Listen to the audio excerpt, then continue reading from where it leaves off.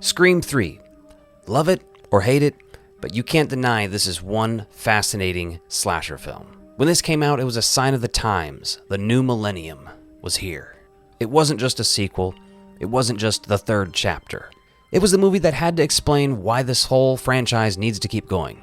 And at this exact moment, audiences were starting to feel exhausted. Scream 3 is about endings. It's about franchises collapsing under their own weight. It's about Hollywood swallowing up trauma whole, turning it into movies, and then feeding it back to us. And whether you like it or not, it might be the most meta film in the franchise. And while I talk about how Scream got made, why it feels so different, what went wrong, and why its reputation keeps changing as horror continues to catch up to it, you can work on your apology. It's due at the end of the video. I want at least 3 paragraphs.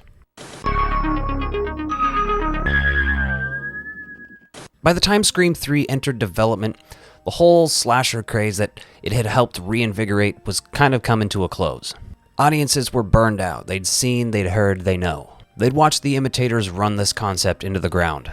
And even worse, real life had intruded into how this movie got made. The Columbine shooting in 1999 fundamentally changed how Hollywood approached screen violence. Studios became skittish. Comedy around murder suddenly felt dangerous. This level of meta humor was viewed as irresponsible by some. But the context matters for Scream 3.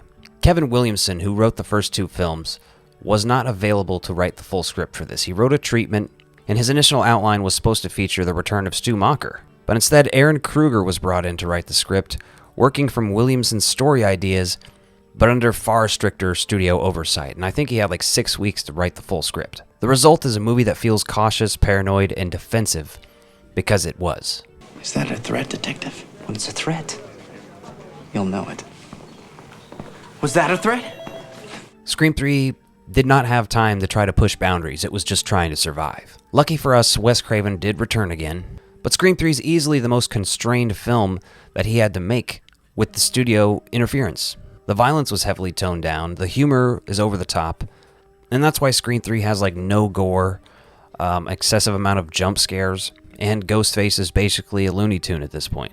But this is why it's magical. All of those things happen because of studio interference, which they end up making a part of Scream 3. And by that I mean the characters of Stab 3 are dealing with what Scream 3 is dealing with in real life. So I don't think this tonal shift is a complete misunderstanding of Scream. It's a reaction to how it was made. It was necessary to be done this way. And whether or not it succeeds in your mind or not, just depends on how much grace you give it. The core 3 return again, of course. Sidney Prescott is no longer a student or a symbol. She's in hiding. Living under a fake name, working at a crisis hotline. Gail Weathers is now fully entrenched in Hollywood culture, and she's forced to confront what she's become. And Dewey's now a technical advisor on the set of Stab 3. This stuff's getting real weird. It's fully crossed into satire. And not like light satire, like fucking heavy.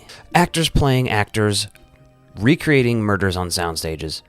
And, you know, Parker Posey is operating on a different plane of existence in this film. Someone, your ruthless ambition, your private self-loathing, and that lost and lonely little girl inside. And the movie is way better for it.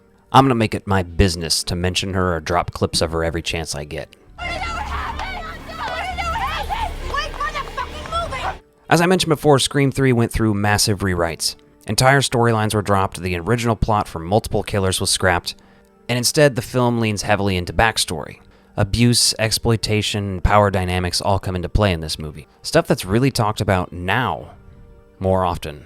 This is heavy stuff for a scene that also has a Jay and Silent Bob cameo. Oh, shit, Salvo, it's that TV news shit, Connie fucking Chung. Hey, Connie, how's Maury?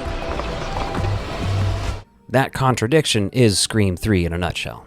If Scream is about horror and Scream 2 is about sequels, Scream 3 is about trilogies. Or more accurately, franchises. But if you ask Randy, trilogies. The Stab 3 set becomes a haunted house of Sydney's past, forcing her and the audience to walk through reconstructed trauma like it's a theme park attraction. Now this is fun for us, but it is definitely not fun for Sydney, obviously. The initial call to cotton from Ghostface recalls the first film's opening sequence, where Ghostface flirts with his victim first, and then gets them to either imply or outright say they aren't in a relationship. The scene with the Stab 3 cast discussing the murders on set, which includes this wonderful interaction. This was about Cotton. We are not in any danger. We are not in any danger, says Candy, page 15. This is one of those hidden gem characters. There's a couple of them, but he has some pretty interesting insight throughout the film. It's all a business now. They got Usher doing Pinter off-Broadway.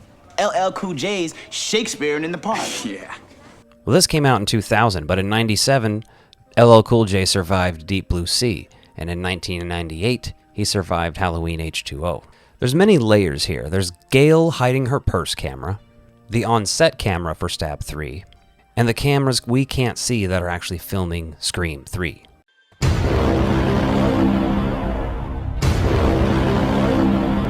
You have Sydney's ghost dream, a dream within a dream, and a movie within a movie.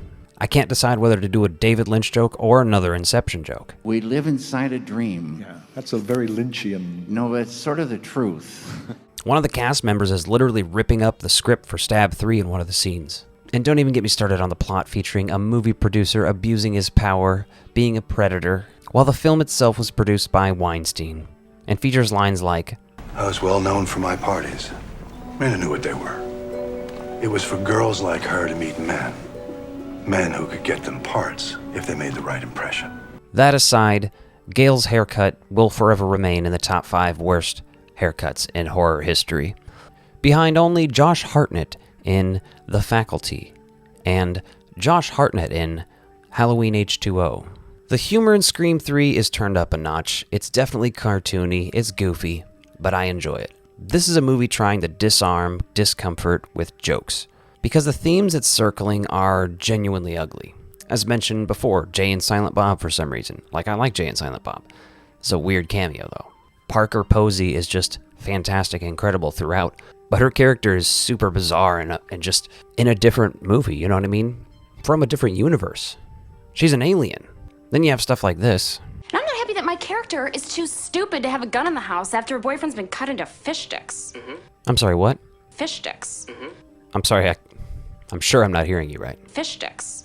Oh, okay. All right. Another hidden gem is the other cop character. There's no reason to presume that Cotton's death had anything to do with this movie, is there? He was making a movie called Stab. He was stabbed. Hilarious. He definitely should have had more screen time in this. All that aside, Hollywood exploitation, silenced victims, abusers protected by power. Underneath all of that, the franchise is trying to say something here. Very ahead of its time. And sometimes it trips over itself doing this. I get that the reframing and sort of retconning of how the first Scream went down with Roman is definitely a letdown for some fans. Does the execution here stumble? Absolutely. Does it over-explain? That's what they always do.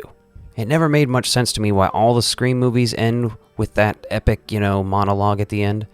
Like, we want them to do that, right? But at the same time, it is a little goofy. It's James Bond villain shit, you know what I mean? Here's exactly what my plan is right as I'm executing it, so you have a chance to stop it. But I digress. Thematically, Scream 3 is doing something far more ambitious than it was given credit for. When it was released, and for a long time after, it was seen as the weak link. Too silly, too safe, too Hollywood. Now, thanks to Scream 5 and 6, a lot of people think this one's a little bit better.